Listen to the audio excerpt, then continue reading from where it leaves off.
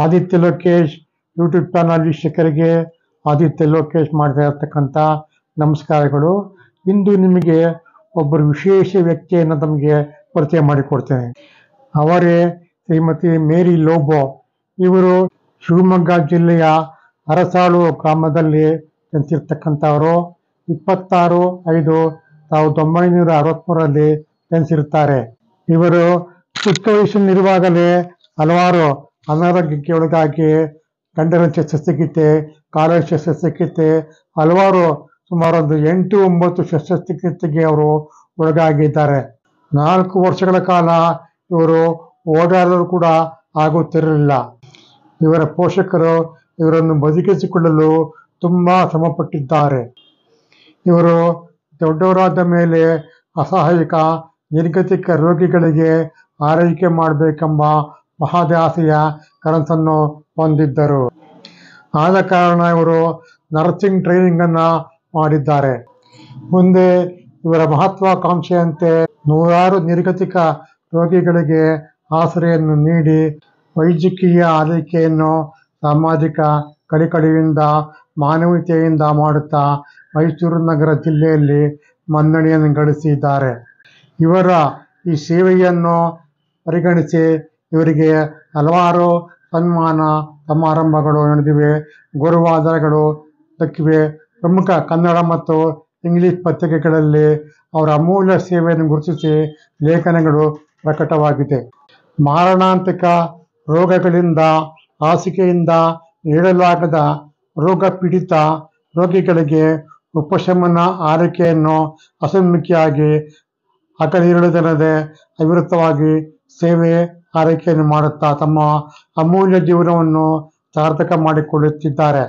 ನರ್ತ ಲೋಕದ ಅಪರೂಪದ ಮಾಣಿಕ್ಯ ಕರುಣಾಮಯಿ ಶ್ರೀಮತಿ ಮೇರಿ ಲೋಬೋ ರವರು ಸಾಮಾನ್ಯರಂತೆ ಮೈಸೂರಿನಲ್ಲಿ ವಾಸಿಸುತ್ತಿರುವುದು ಮೈಸೂರು ನಗರಿಗೆ ಒಂದು ಹೆಮ್ಮೆಯ ವಿಷಯವಾಗಿದೆ.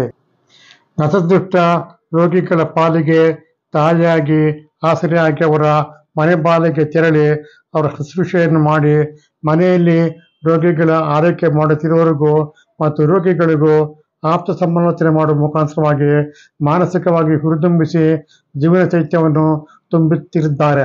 ಸುತ್ತಮುತ್ತಲಿನವರಿಗೆ ಕಾಯಿಲೆಗಳ ಬಗ್ಗೆ ಜಾಗೃತಿಯನ್ನು ಮೂಡಿಸುತ್ತಾ ರೋಗಿಗಳು, ಅದರಲ್ಲೂ ಮುಖ್ಯವಾಗಿ ವೃದ್ಧರು ಹಾಸಿಗೆ ಹಿಡಿಯದಂತೆ ಯಾವ ರೀತಿಯ ಆಹಾರ ಔಪಚಾರವನ್ನು ಮಾಡಬೇಕು ಎಂಬ ಬಗ್ಗೆ ವಿಶೇಷ ಮಾಹಿತಿಯನ್ನು ತಿಳುವಳಿಕೆ ನೀಡುತ್ತಾ ಬಂದಿದ್ದಾರೆ. ಇವರು ಸ್ನೇಹಬಿಂದು ಚಾರಿಟಬಲ್ ಟ್ರಸ್ಟ್ ಅನ್ನು ಏಪ್ರಿಲ್ 2019 ಸ್ಥಾಪಿಸಿದ್ದಾರೆ. ಇದರಲ್ಲಿ ಸುಮಾರು 350 ರೋಗಿಗಳಿಗೆ ಆರೈಕೆ ಮಾಡಿ ಶುಶ್ರೂಷೆ ನೀಡಿ ಆರೋಗ್ಯವಂತರನ್ನಾಗಿ ಮಾಡಿದ್ದಾರೆ. ಸುಮಾರು 3000 ಮಹಿಳೆಯರು, 1415 ಹೆಣ್ಣು ಮಕ್ಕಳಿಗೆ ಮತ್ತು 3008 ಜನ ಮಕ್ಕಳಿಗೆ ಆರೋಗ್ಯಕ್ಕೆ ಸಂಬಂಧಿಸಿದ ಮಾಹಿತಿಯನ್ನು ನೀಡಿದ್ದಾರೆ. ಶ್ರೀಮತಿ ಮೇರಿ ಲೋಬೋರವರ ಒಂದು ಸೇವೆಗೆ ತಕ್ಕಂತೆ ಒಂದು ಚಿಕ್ಕದಾದ ವಿಡಿಯೋವನ್ನು ಮಾಡಿದ್ದೇನೆ. ದಯಮಾಡಿ ಈ ವಿಡಿಯೋವನ್ನು ನೋಡಿ ಲೈಕ್ ಮಾಡಿ, ಶೇರ್ ಮಾಡಿ, ಸಬ್ಸ್ಕ್ರೈಬ್ ಮಾಡಿ ಮತ್ತು ಈ ವಿಡಿಯೋ ನೋಡಿ ನಿಮ್ಗೆ ಏನು ಅನಿಸಿದರೆ ನಮಗೆ ಮುಂದೆ ಒಂದು ಕಾಮೆಂಟನ್ನು ಹಾಕಬೇಕಂತ ತಮ್ಮಲ್ಲಿ ವಿನಂತಿ ಮಾಡಿಕೊಳ್ತೇನೆ. ನಮಸ್ಕಾರ.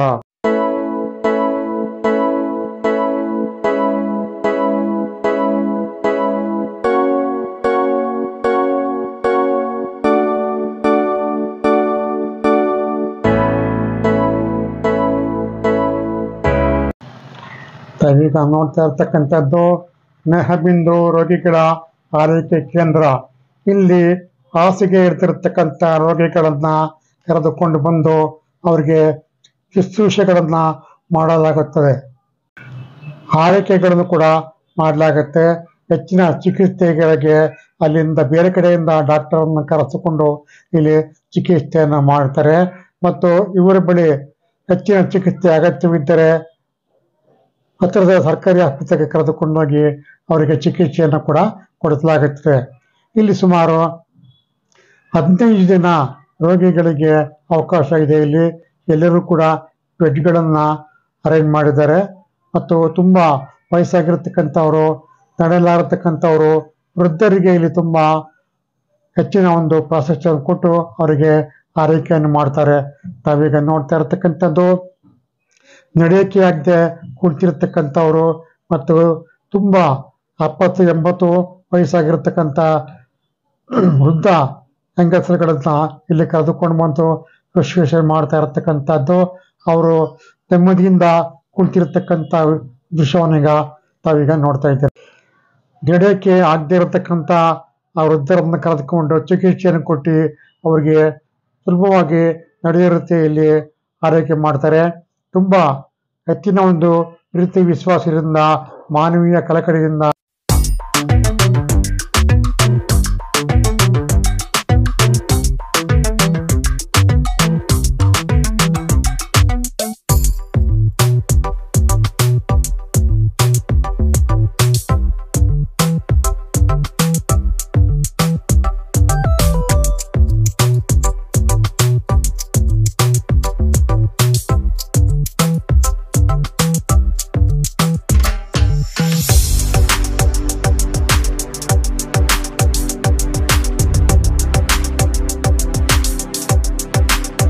ಆದಿತ್ಯ ಲೋಕೇಶ್ ಯೂಟ್ಯೂಬ್ ಚಾನಲ್ ವೀಕ್ಷಕರಿಗೆ ಆದಿತ್ಯ ಲೋಕೇಶ್ ಮಾಡ್ತಾ ಇರತಕ್ಕಂಥ ನಮಸ್ಕಾರಗಳು ಮತ್ತು ಸುಸ್ವಾಗತ.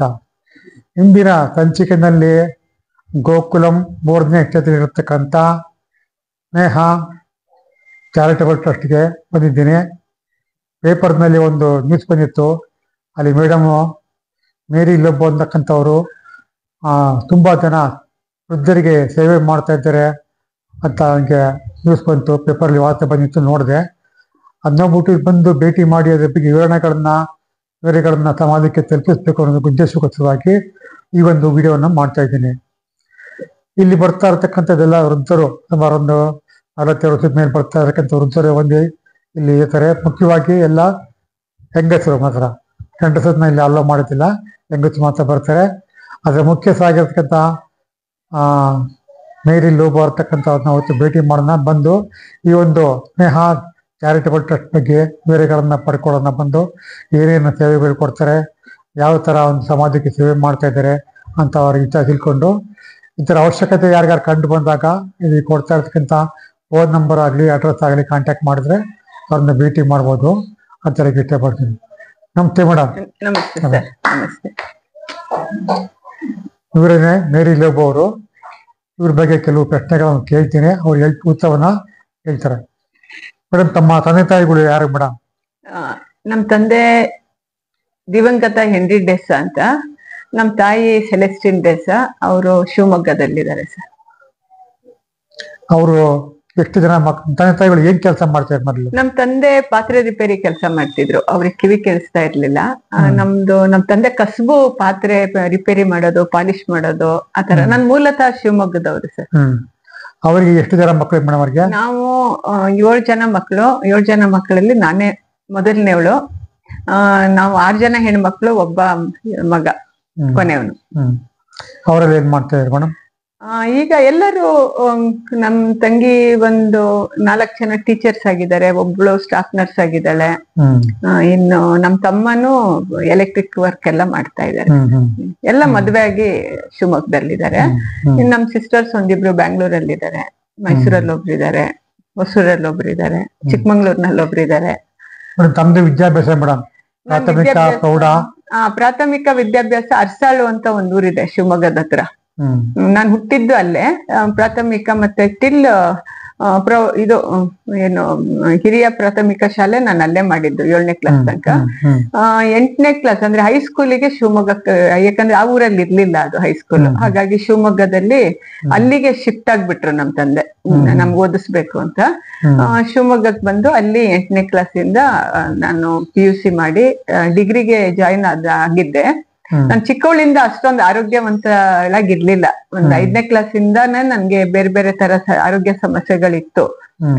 ಶಾಲೆಗೆ ಜಾಸ್ತಿ ಹೋಗ್ಲಿಲ್ಲ ಸರ್, ನಾನು ಮನೆಯಲ್ಲೇ ಇರ್ತಿದ್ದೆ. ಪಾಠ ಎಲ್ಲ ಮನೆಯಲ್ಲೇ ಓದೋದು. ಸ್ವಲ್ಪ ಹುಷಾರಾದಾಗ ಎತ್ಕೊಂಡೋಗಿ ಕೂರಿಸ್ತಿದ್ರು ಕ್ಲಾಸಲ್ಲಿ. ಎಕ್ಸಾಮ್ ಟೈಮಲ್ಲೆಲ್ಲ ಕರ್ಕೊಂಡೋಗಿ ಕೂರಿಸ್ತಿದ್ರು. ಎಕ್ಸಾಮ್ ಬರೀತಿದ್ದೆ, ಮನೆಗ್ ಬರ್ತಾ ಇದ್ದೆ.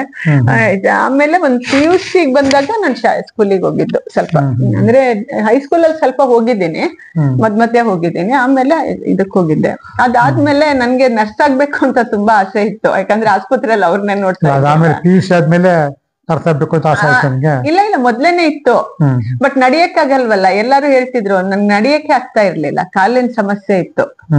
ನರ್ಸ್ ಹೆಂಗ್ ಆಗ್ತೀಯ, ನಿಂಗ್ ನಡಿಯಕ್ಕೆ ಆಗಲ್ವಲ್ಲ ಅಂತಿದ್ರು. ಯಾಕಂದ್ರೆ ತುಂಬಾ ಆಪರೇಷನ್ಸ್, ನನ್ಗೆ ಹೆಚ್ಚು ಕಮ್ಮಿ ಒಂದು 12-13 ಆಪರೇಷನ್ಸ್ ಆಗಿದೆ ಕಾಲಿಗೆ. ನಡಿಯಕ್ಕಾಗಲ್ಲ, ಏನ್ ನರ್ಸ್ ಆಗ್ತೀಯ ಅನ್ನೋರು. ಸೊ ಆಮೇಲೆ ಸ್ವಲ್ಪ ಹಾಗೆ ಆರೋಗ್ಯ ಚೇತರಿಸ್ಕೊಂಡು ಕೊನೆ ಆಪರೇಷನ್ ನನ್ಗಾಗಿದ್ದು ನಾನು ಫಸ್ಟ್ ಇಯರ್ BA ನಲ್ಲಿದ್ದಾಗ ಕೊನೆ ಆಪರೇಷನ್ ಆಯ್ತು. ಅದ್ ನಂತರ ನನ್ಗೆ ಕಾಲ್ ಸ್ವಲ್ಪ ಪರವಾಗಿರ್ಲಿಲ್ಲ. ಆಮೇಲೆ ನಾನು ಅಲ್ಲಿ ಭದ್ರಾವತಿನಲ್ಲಿ ನಿರ್ಮಲ ಆಸ್ಪತ್ರೆ ಅಂತ ಇದೆ, ಅಲ್ಲಿ ಸ್ವಲ್ಪ ದಿನ ಕೆಲ್ಸ ಮಾಡಿದೆ. ಸಿಸ್ಟ್ರಿಗೆ ಹೇಳ್ಬಿಟ್ಟು ನಾನ್ ನರ್ಸ್ ಆಗ್ಬೇಕು, ನಾನ್ ಕೆಲ್ಸ ಮಾಡಕ್ ಆಗುತ್ತಾ ನೋಡ್ತೀನಿ ಅಂತ. ಬಟ್ ಅಲ್ಲಿ ಹೋದ್ಮೇಲೆ ಆರೋಗ್ಯನೂ ತುಂಬಾ ಇಂಪ್ರೂವ್ ಆಯ್ತು. ಆಮೇಲೆ ಸೈಂಟ್ ಮಾರ್ಥಸ್ ಅಲ್ಲಿ ಸೀಟ್ ಆಯ್ತು ನನ್ಗೆ, ಅಲ್ಲಿ ನರ್ಸ್ ಟ್ರೈನಿಂಗ್ ಮಾಡಿದೆ. ನರ್ಸ್ ಟ್ರೈನಿಂಗ್ ಮಾಡ್ಕೊಂಡ್ರಲ್ವೇ? ಮಾಡಿದೆ ಸರ್. ನರ್ಸ್ ಟ್ರೈನಿಂಗ್ ಆದ್ಮೇಲೆ ನರ್ಸ್ ಆಗ್ಲೇಬೇಕು ಅಂತ ಹಠ ಮಾಡಿ ಆಗಿದ್ದದು. ಆಯ್ತು. ನರ್ಸ್ ಟ್ರೈನಿಂಗ್ ಆದ್ಮೇಲೆ ಮುಂದೆ ಏನ್ ಮಾಡಿದ್ರಿ? ಕೆಲ್ಸ ಮಾಡಿದೆ. ಎಲ್ಲಿ? ಬ್ಯಾಂಗ್ಳೂರಲ್ಲೇ ಕೆಲಸ ಮಾಡಿದೆ ನಾನು. ಯಾವ ಆಸ್ಪತ್ರೆ ಕೆಲಸ? ಸೈಂಟ್ ಮಾರ್ಥಸ್ ಅಲ್ಲೇ. ನಮ್ಗೆ ಅಲ್ಲಿ ಬಾಂಡ್ ಪೀರಿಯಡ್ ಇತ್ತು. ಬಾಂಡ್ ಪೀರಿಯಡ್ ಎಲ್ಲ ಮುಗಿತಿದ್ದಂಗೆನೆ ನಮ್ ಸಿಸ್ಟ್ರಿಗೆ ಮದ್ವೆ ಆಯ್ತು. ಆಮೇಲೆ ಎಲ್ಲ ಗೊತ್ತಲ್ಲ, ಆಗಿನ ಕಾಲದಲ್ಲಿ ದೊಡ್ಡವ್ರಿಗೆ ಮದ್ವೆ ಆಗಿಲ್ಲ ಅಂದ್ರೆ ಸ್ವಲ್ಪ ಇದ್ ಮಾಡ್ತಾರೆ ಅಂತ. ಆಮೇಲೆ ಮದ್ವೆ ಮಾಡಿದ್ರು. ಕೊಯಮತ್ತೂರಲ್ಲಿದ್ದೆ. ಅಲ್ಲಿ ಸ್ವಲ್ಪ ದಿನ ನಾನು ಕೊಕ್ಕವೆ ಮೆಡಿಕಲ್ ಸೆಂಟರ್ ಅಲ್ಲಿ ಕೆಲಸ ಮಾಡಿದೆ. ತದನಂತರ ನಾವು ಮೈಸೂರಿಗೆ ಬಂದ್ವಿ. ಮೈಸೂರಲ್ಲೇ ಸೆಟ್ಲ್ ಆಗ್ಬಿಡೋಣ ಅಂತ ಮೈಸೂರಿಗೆ ಬಂದ್ಮೇಲೆ ಮೈಸೂರಲ್ಲಿ ನಾನು ಭಾರತ್ ಕ್ಯಾನ್ಸರ್ ಆಸ್ಪತ್ರೆಯಲ್ಲಿ ಕೆಲಸ ಮಾಡಿದೆ. ಅದಾದ್ಮೇಲೆ ನಮ್ ಹಸ್ಬೆಂಡಿಗೆ ಸ್ವಲ್ಪ ತುಂಬಾ ಹುಷಾರಿರ್ತಾ ಇರ್ಲಿಲ್ಲ, ಸ್ವಲ್ಪ ನೈಟ್ ಡ್ಯೂಟಿ ಎಲ್ಲ ಮಾಡಕ್ ಕಷ್ಟ ಆಗ್ತಿತ್ತು. ಹಾಗಾಗಿ NGO ಸೇರಿಕೊಂಡೆ ನಾನು, ಮೈರಾಡ ಪ್ಲಾನ್ ಅಂತ. ಅಂದ್ರೆ ಅದಕ್ಕೂ ಮುಂಚೆ ಸ್ವಲ್ಪ ನರ್ಸ್ ಟ್ರೈನಿಂಗ್ ಎಲ್ಲ ಮಾಡ್ತಾ ಇದ್ವಿ ಅಲ್ಲೇನೆ. ಅದಕ್ಕೆ ಅಂತ ಅವ್ರು ನನ್ನನ್ನು ತಕೊಂಡಿದ್ದು. ನರ್ಸ್ ಟ್ರೈನಿಂಗ್ ಎಲ್ಲ ಆದ್ಮೇಲೆ CPC ಪಾಲಿಟೆಕ್ನಿಕ್ ಅಲ್ಲೂ ಮಾಡಿದ್ದೀನಿ, ಮೈರಾಡ ಪ್ಲಾನ್ ನಲ್ಲೂ ಮಾಡಿದ್ದೀನಿ. ಅದಾದ್ಮೇಲೆ ಆ ಟ್ರೈನಿಂಗ್ ಎಲ್ಲ ಕ್ಲೋಸ್ ಆದ್ಮೇಲೆ ನನ್ಗೆ ಸ್ಟಾಫ್ ಆಗಿ ಅಲ್ಲೇ ತಕೊಂಡ್ರು. ನಾನು ಸುಮಾರು ವರ್ಷ ಅಲ್ಲಿ ಕೆಲಸ ಮಾಡಿದೆ. ನರ್ಸ್ ಆಗಿ ಎಷ್ಟು ವರ್ಷ ಕೆಲಸ ಮಾಡಿದ್ರಿ? ನರ್ಸ್ ಆಗಿ ಸರ್ ನಾನು ಒಂದ್ 10 ವರ್ಷ ಕೆಲಸ ಮಾಡಿದ್ದೀನಿ. ಎಷ್ಟು? 10 ವರ್ಷ ಕೆಲಸ ಮಾಡಿದ್ದೀನಿ. ನರ್ಸಿಂಗ್ ಸೂಪರ್ಡೆಂಟ್ ಆಗಿ 6 ವರ್ಷ ಕೆಲಸ ಮಾಡಿದೆ.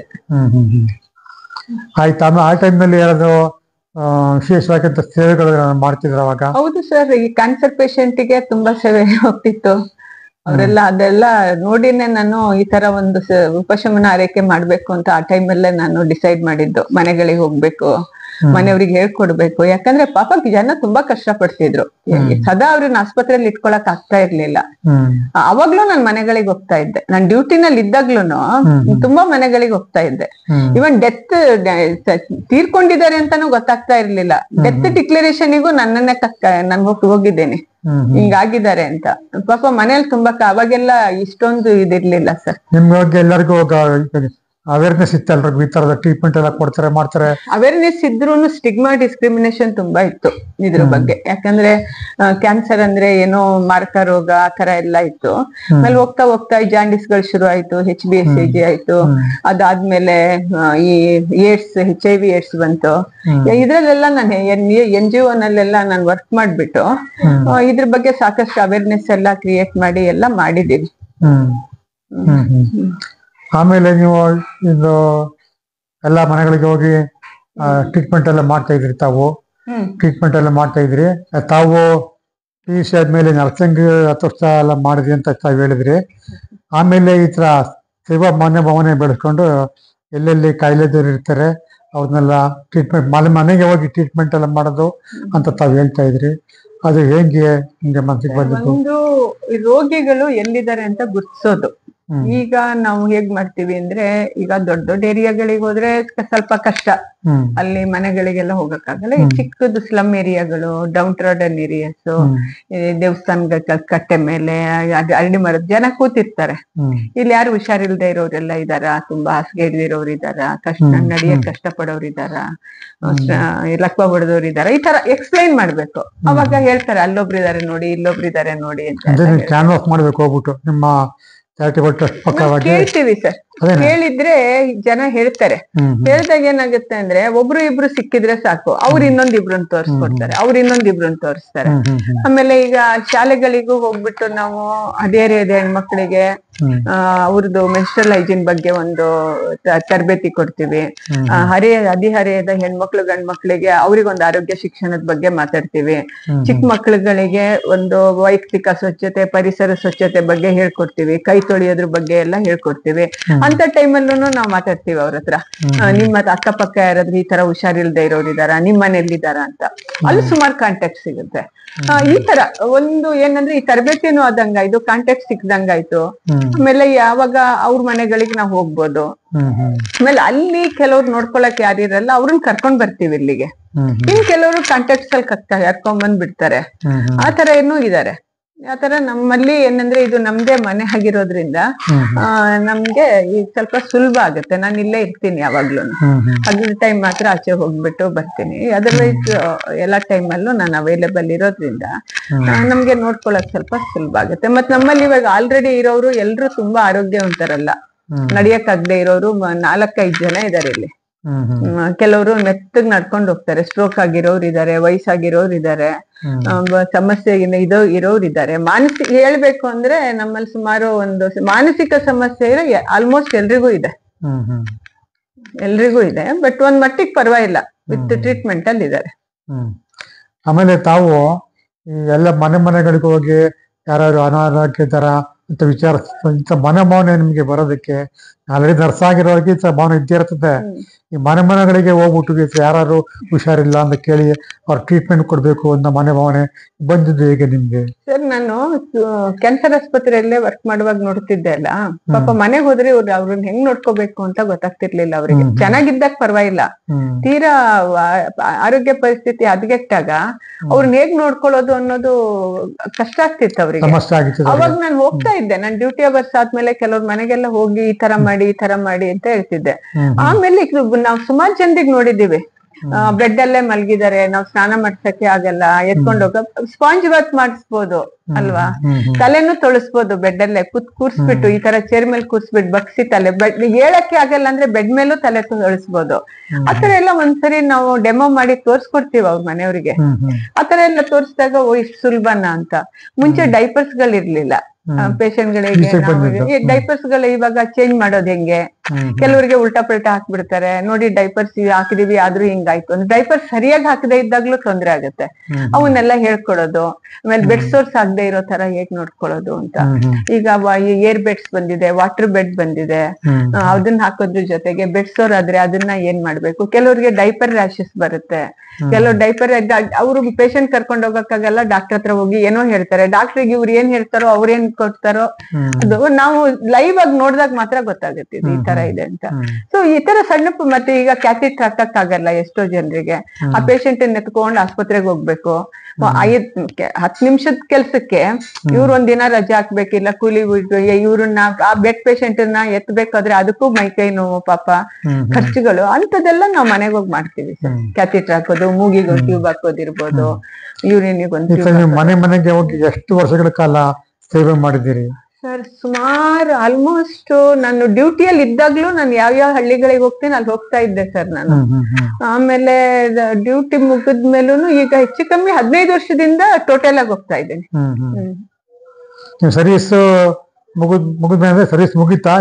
ನಾನೇನು ರಿಟೈರ್ ತನಕ ಕಾಯ್ಲಿಲ್ಲ, ತುಂಬಾ ಬೇಗನೆ ಒಂದ್ 45 ವರ್ಷ 47 ವರ್ಷಕ್ಕೆಲ್ಲ ಈಚೆನೆ ಇದ್ದೇನೆ ಸಂಸ್ಥೆಯಿಂದ. ಪ್ರಾಜೆಕ್ಟ್ಸ್ ಎಲ್ಲ ಮುಗಿತಿತ್ತಲ್ಲ, ಆಮೇಲೆ ಇನ್ನೇನ್ ಅಲ್ಲಿ ಕಾಯ್ತಾ ಕೂತ್ಕೊಳ್ಳೋದು ಅಂತ ಇದೆಲ್ಲ ಮಾಡ್ಕೊಂಡು ಹೇಗಿದ್ದು ನಮ್ಗೆ ಪ್ರೊಫೆಷನ್ ಇದೆ ಅಲ್ಲ, ಮಾಡ್ಬೋದಲ್ಲ ಅಂತ ಈಚೆ ಬಂದ್ಬಿಟ್ಟು. ಅಂದ್ರೆ ಟ್ರೈನಿಂಗ್ ಎಲ್ಲ ಹೋಗ್ತೀನಿ ಈಗ್ಲೂನು. ರಿಸೋರ್ಸ್ ಪರ್ಸನ್ ಆಗಿ ಸುಮಾರು ಸಂಸ್ಥೆಗಳಿಗೆ ಹೋಗ್ತೀನಿ ಸರ್. ನನ್ಗೆ ಅಲ್ಲಿ ಬರೋ ಅಮೌಂಟ್ ನನ್ಗೆ ಇಲ್ಲಿಗೆ ಹೆಲ್ಪ್ ಆಗುತ್ತೆ. ಮತ್ ಕೆಲವು ದಾನಿಗಳು ನಮ್ಗೆ ಸ್ವಲ್ಪ ಸಪೋರ್ಟ್ ಮಾಡ್ತಾರೆ. ನಾವ್ ಎಲ್ಲರಿಗೂ ರಿಕ್ವೆಸ್ಟ್ ಮಾಡೋದಷ್ಟೇ, ಈಗ ಮನೆಗಳಲ್ಲಿ ಆನಿವರ್ಸರಿಗಳಿರುತ್ತೆ, ಡೆತ್ ಆನಿವರ್ಸರಿ ಇರುತ್ತೆ, ವೆಡ್ಡಿಂಗ್ ಆನಿವರ್ಸರಿ ಇರುತ್ತೆ, ಬರ್ಡೇ ಇರುತ್ತೆ, ಬಂದ್ ಇವ್ರ ಜೊತೆಗೆ ಒಂದ್ ಸೆಲೆಬ್ರೇಟ್ ಮಾಡಿದಾಗ ಒಂದು ಇಲ್ಲಿ ಪಾಪ ಇಲ್ಲಿ ಇವ್ರು ಹೆಚ್ಚಿಗೆ ಹೊರಗಡೆ ಹೋಗಕ್ ಆಗಲ್ಲ ಇವ್ರು ಯಾರಿಗೂನು.